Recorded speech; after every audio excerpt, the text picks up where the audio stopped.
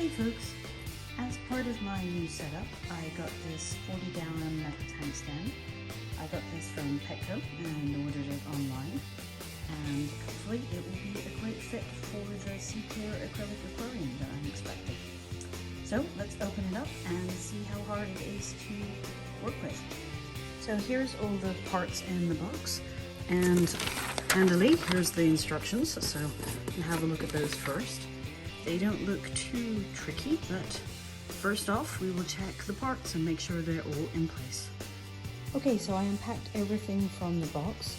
I will note that for this particular set, some folks on the reviews had said, hey, you know, they got scratched up in shipping and other stuff, so because of that, I decided to order it online and pick it up at the store. And I will say that the powder coating on the frame and everything seems pretty good. So it's a pretty simple looking design. That's actually the top of the aquarium stand right there. Then there's a couple of brace pieces here, and then these are effectively the two leg pieces. And you can see, like, straight off the bat, there's a couple of issues. So the first one is that most of the holes that are pre-drilled look pretty okay, but you can see on this one in particular, like these holes in particular are not lined up well. So I'm going to make sure that those are on the bottom of the stand, because I don't want them up by the top, obviously the piece that's directly leveling the aquarium. And so I think it'll be easier to sort of make that adjustment at the bottom of the stand as opposed to the top. But the rest of these look pretty good, I would say, from just visible inspection, at least we'll see when we start screwing it together. Now, of course, the instructions do say you should have two people, two adults specifically, to assemble this. Well, no one else is around, and I think that's pretty representative of how the world works these days. So I'm going to try to put this together by myself, and we'll see how it goes. Well, now that I looked a little carefully at these pieces, I can see that, in fact, on the legs here, there's a little bit of a distance of where the holes have been drilled. And so I guess these pieces at the top here, this is where the top part actually screws in. And then at the bottom here, you can see there's like an inch gap or so, which is the part that's supposed to go on the floor. Now, unfortunately, where I spotted that those holes are not already aligned is right at the top, which is exactly where I don't want it to be when it's holding the aquarium. So I'm gonna put it together and just check it out and see if it actually winds up level or not, even though it's clear that these holes are not actually visibly aligned. But we'll give it a go. Wish me luck. So far so good. As you can see, I've just kind of got one side going here, and I'm putting on this part, which is going to be the base of it. This is really obvious advice, but just in case you haven't put any kind of furniture before together, make sure that you first put in all the bolts. Obviously, just hand tighten them. Put them all in first and then go back and tighten them. It might seem a bit weird to do that, but it does save you a lot of time in the end, and that's the voice of experience from many pieces of furniture.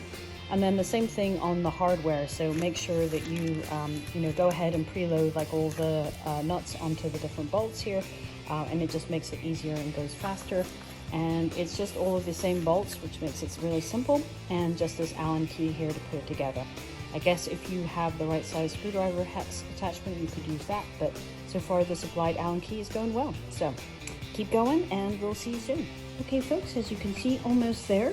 And just a quick word of advice. Seems really obvious, I know, to say this, but when you're putting the second leg in on the side here, once you've got the basic frame in there, there's 8 bolts that need to go in, all of these. Make sure these all line up into the rest of the frame first before you start screwing them in. I know that sounds really obvious, but I think it's important to say, just in case you haven't assembled a piece of furniture before. Make sure everything is lined up, make sure it's basically hand tight into these different areas and straight into the frame, and then you can go ahead and just basically twist them all up and tighten them all up when you're ready. So I think that will work out well. So far, really good and really simple to assemble. Okay, we're almost done. So I just wanted to show you a couple of things that I did here.